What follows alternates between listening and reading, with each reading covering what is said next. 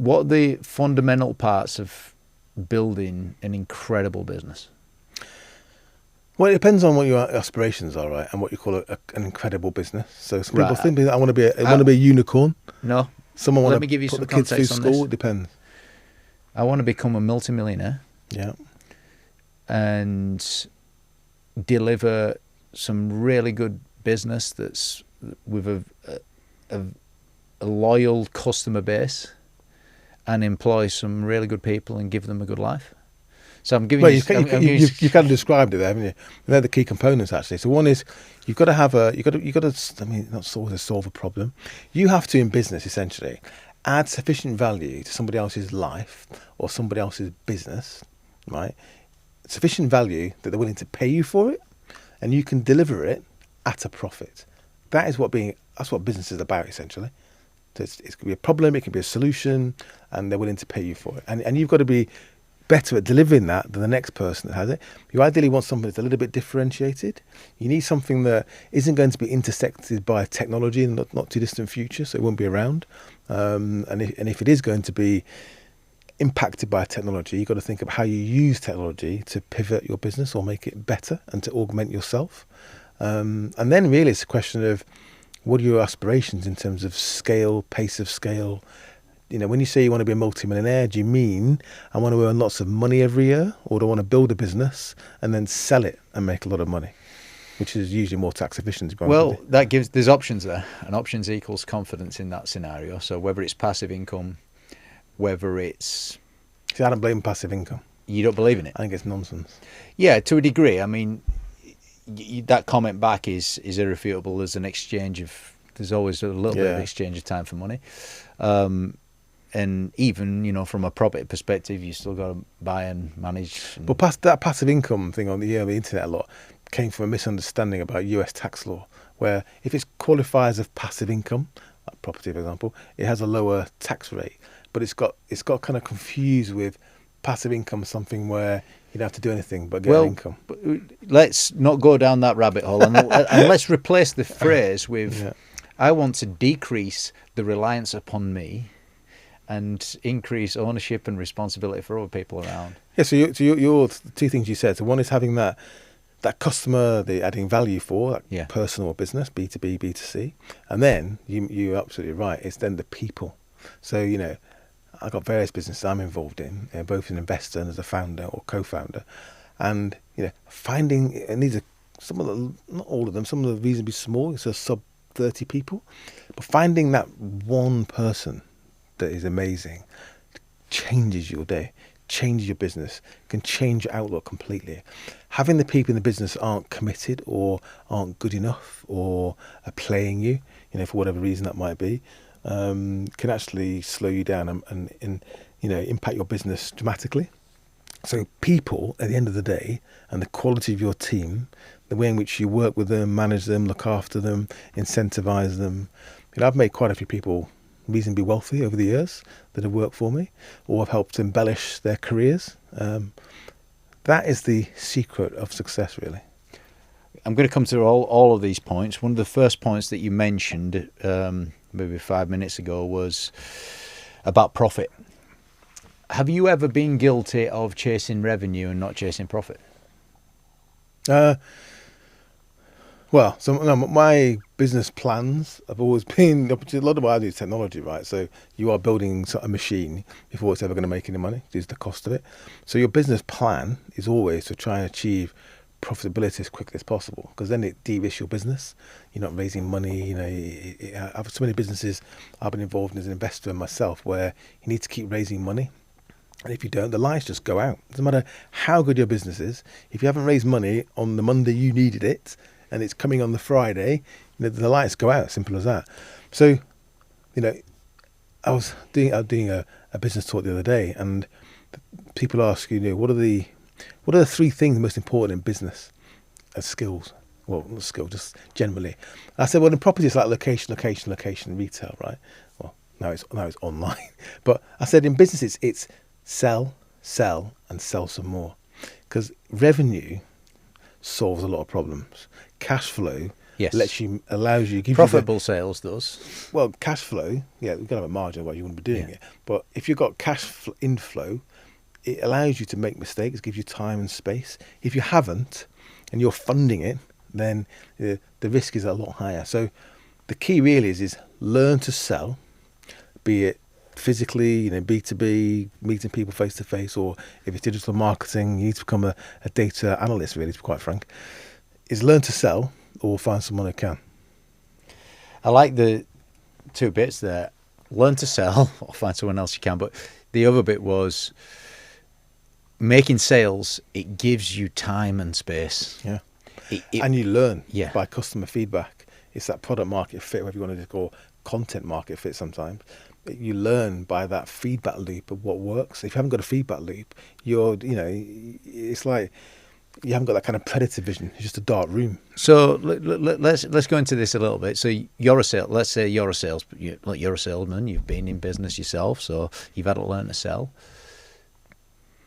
What's the worst that you've ever sold? What's like that? The worst you've performed in a sales meeting? What happened and what unfolded? I think I can't think of one instance really. There's too many. So I started selling when I was 13, like newspaper round, then betterware, door-to-door pots and pans, right? So I've been selling since I was a teenager. So I can kind of sell. I think quite often it's not understanding who you're selling to. So you'll sit in a room with somebody and start making assumptions about them and the business and whoever they are, whatever you're selling to them, and why your product, your features and benefits, and you've done all your sort of all this stuff, all this sales. And you sit there and you realise, oh, hang on a minute. No, I've got this profile of this person completely wrong. Right. So everything I've spent an hour telling them and trying to sell to them is sort of irrelevant. It's not going to work. So it's kind of do your research actually on who it is you're selling to. And digitally, it's the same. It's about, who's your audience? Where are they? What should your content be? And the beauty of technology now is you can personalize these messages even more so than you ever used to be able to. So you can, you're trying to find product market fit almost generically. Now you can drill it down, or you're getting there, where you're finding it for customer product fit. So individuals, because now you can increasingly tweak your products as well for the individual. Yeah, from a technology perspective, you can. It's bespoke softwares, etc., etc. No, another point that you made was finding that one person, that one key person. Is that a co-founder for you, or is that a different role? It's people that you hire in different roles that are passionate, they're good at it, and they enjoy it, and they want to work for you. And it doesn't always last. I've had many people that work for me where, so my approach has always been try and find people that are a little bit hungry. So don't hire a marketing director, a CMO. Get a head of that wants to be a CMO, or even a marketing executive that wants to be a head of. Yeah. And say to them, that role's there for you. You just got to prove yourself. And they do, because they want a role. And then the deal is, I will never hire someone that you report to. It will be someone reports to you. So they're growing, and you're then backfilling them, and they're building a team, and they learn to manage. And that can be something. That's quite a nice succession planning strategy, really. Yeah, well, it is. It wasn't as tactical as that. I just the way I think. But in several ways, it is because you're bringing someone in at this level. In your mind, you're saying, "Look, here's a carrot we're dangling up here." So there's a bit of succession planning going on there. So you're going up there, but they don't always make it. No. So the point is, some will make it. I've had businesses where we've tried to pivot the business, and you've got a third. So the third are like a stick of rock in the old business. They're never going to change. You try and move it at all, and they're off. You got some that absolutely embrace it and they love it, and they retrain, they reskill, and off they go. Then you got those in the middle that they really want to come with you on that journey, but for whatever reason just can't get a head around it, or don't have the skills, or can't learn. Is it? And they kind of end up leaving eventually. Does it? Do you think it works out about a third? It did in that business, broadly speaking. And then the other thing is that quite often these people that I've worked with for many years, and they've all gone on to do great things, when I see them on LinkedIn or bump into them, is that, there comes a day where, maybe they're earning, 30 grand, and they should probably be earning 35. And they come in and say, look, I don't want to leave, but I've just been just had a tap by a recruiter who's offered me 40 grand, and my partner, we're trying to buy a house, we're having a baby, blah, blah, blah. You're like, okay, I'll get it up to 37,500 or even match it, and they stay. And then a year later, they're now on, maybe they're up to 45. I'm making these numbers up, by the way. And they walk in and go, I've just been tapped by a recruiter and they've offered me 80. And there you're just like, you know what? Good on you. It's been a pleasure working with you. Thank you. Off you go. I'll write you an amazing reference, and let them go. Because, you can't hang on to people. People are going to work with you for a period of time, typically. Very rare they're working with you for 10 years. In that example, it's a good example. Again, you definitely caught the attention of all of the listeners there with that. They can relate to that. They're the conversations that do unfold in the average business. So do you think you should keep them on when they come back to you and say, the first time and say, look, I've been tapped by a recruiter? Or is the lesson there is, if you want to go, go? Well, if they want to go, they are going to go. But the point is that if someone's very, very good and they're bought into the business, they feel they can have that conversation with you.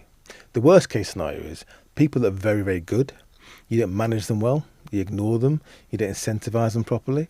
And the first time they tell you that there's an issue is if they've accepted a job offer. That's what you don't want. You want them to come in before they've actually put pen to paper and have the conversation. Because at least then you can open chat and do something about it, or maybe you can't do anything about it. But the worst case scenario is, hi, what's wrong? I can see a look on their face. Yeah, I'm resigning. Oh, why? What can I do about it? That's too late. I've accepted the offer. The 7+1 steps to raising finance in your business are coming in this podcast. We've got Piers Linney, dragon, investor, star of The Secret Millionaire. Not only is he going to share you how to raise finance, he's going to tell you the heart-wrenching sacrifices that he chose to make for his success. And the secrets never told before about what really happens in the dragon's den. Make sure that you're following us, keep up to date with each new episode, and download this podcast so that you can stop and start wherever you are. Let's do this. Welcome to the Bizx Podcast, sharing with you all of the secrets and winning formulas in both business and life, with powerful lessons from guests like Frank Bruno, Nick Jenkins, Brad Sugars, Bianca Westwood, and many, many more. Yet, the sad reality is that over 80% of you aren't subscribed yet. And if that's you, hit the subscribe button now and help us grow this channel so that you can get 1% closer every single week to achieving your dreams in both business and life. Let's do this.